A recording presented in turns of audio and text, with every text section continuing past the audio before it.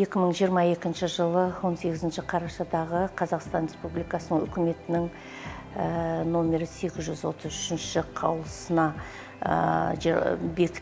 қаулысын бекітіп 24 қазан кітапханашылар күні мерекесі болып бекітілді. Бұл мерекені естіген біздің көптеген біздің кітапханашыларымыз түкпір-түкпірден жиналған бүкіл кітапхана жүйесінде қызмет жасап жатқан кітапханашылардың барлығы өзінің ризашылығын білдіріп, өте сондай жүрек жарды қуанышпен қарсы алды. Бұл күнді бекітіп шығудың өзі үлкен бір жұмыс болды. Себебі салалық кәсіподақтың бүкіл облыстағы 17 облыс, қала, Алматы, Астана, Шымкент қалаларымен бүкіл біздің Қазақстан бойынша осы мәселені көтеріп, бүгінгі таңда азғантай ғана айлығы бар кітапханашылардың кітапхана күні жарыққа шыққанына баршамыз үшін үлкен бір қуаныш болды. Ол да біздің үлкен үкіметке, президентімізге хат жолдау арқылы салалық кәсіподақтың арқасында біз осындай жеңіске жеттік. Соңғы 5 жылдың ішінде Астана қаласының білім беру қызметкерлерінің кәсіподағы ұжымдық шарт пен білім басқармасына жасалған келісім-шарттың арқасында бірнеше өзекті мәселелерді шешті. Ол дегеніміз кәсіподақ мүшелеріне мысалы, Семей ядролық полигоны куәлігі қолдарында бар біздің әріптестерімізге төлемақылар көзделді.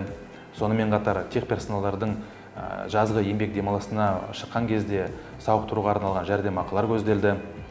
Бастауыш кәсіподақ ұйымдарының төрағаларының мен төрайымдарына ақылы 5 күндік отпуске қосымша күндер қосылды. Тех инспекторларға 3 күн қосылды ақылы. Сонымен қатар ең басты мәселе педагог мәртебесі заңы 20 жылы қабылдағаннан бастап соңғы 4-5 жылда біздің мұғалімдердің жалақылары 100 есе көбейді. 2023 жылы электронды билет шығарып, біздің кондукторларды жұмыстан босатты. Біздің кондукторлар жұмыстан босатқан екен, біздің қаржылық жағдайымыз нашарлай бастады. Сол кезде белсенді азаматтардың арқасында бізде үнсіз қалмай, өзіміздің жалақымызды көтеру туралы талап айттық. Біздің бастауыш кәсіподақ ұйымымен Шымкент қаласы кәсіподақ орталығы бірлесіп біздің талабымызды дер кезінде шешіп берді. Сол кезде біздің жалақымызды 225 мың теңгеден 375 мың теңгеге көтеріп берді. Сосын 2025 жылы газ және жағармай қосалқы бөлшектердің қымбаттауына байланысты және де қоғамдық көлікте жеңілдікпен жүретін жолаушылардың көбеюіне байланысты компаниямызда дағдарыс басталды. Біздің жалақымыз уақытылы төленбей басталды. Сол кезде біздің бастауыш ұйымы орталығымен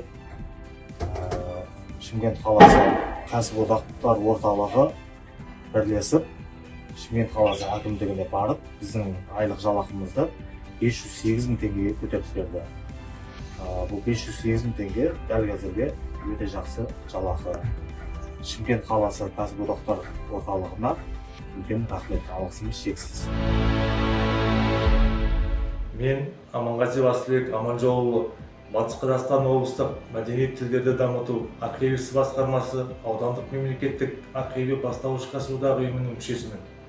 Осы аталған саланың қызметкерлеріне ауылдық жерде жұмыс істейтін мәдениет саласындағы мамандар лауазымдарының тізбесіне енгізілмегендіктен жылдар бойы 25% үстемақы мүлдем төленбей келді. Осы аталған мәселенің түбегейлі оңтайлы шешілуіне атсалысып, мәселені оңынан шешіп берген қызмет Батыс Қазақстан облыстық мемлекеттік банк мекемелері және қоғамдық қызмет көрсету қызметкерлерінің салалық кәсіподағына алғысымызды білдіреміз. Мен Каюп Мәліқабдалайұлымын.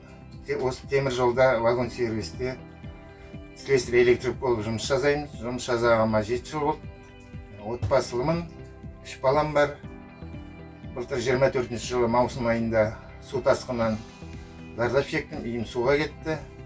Бірінші көмекке осы кәсіподақ ұжымы көмектесті. Сол кәсіподаққа көп рахметімді айтамын.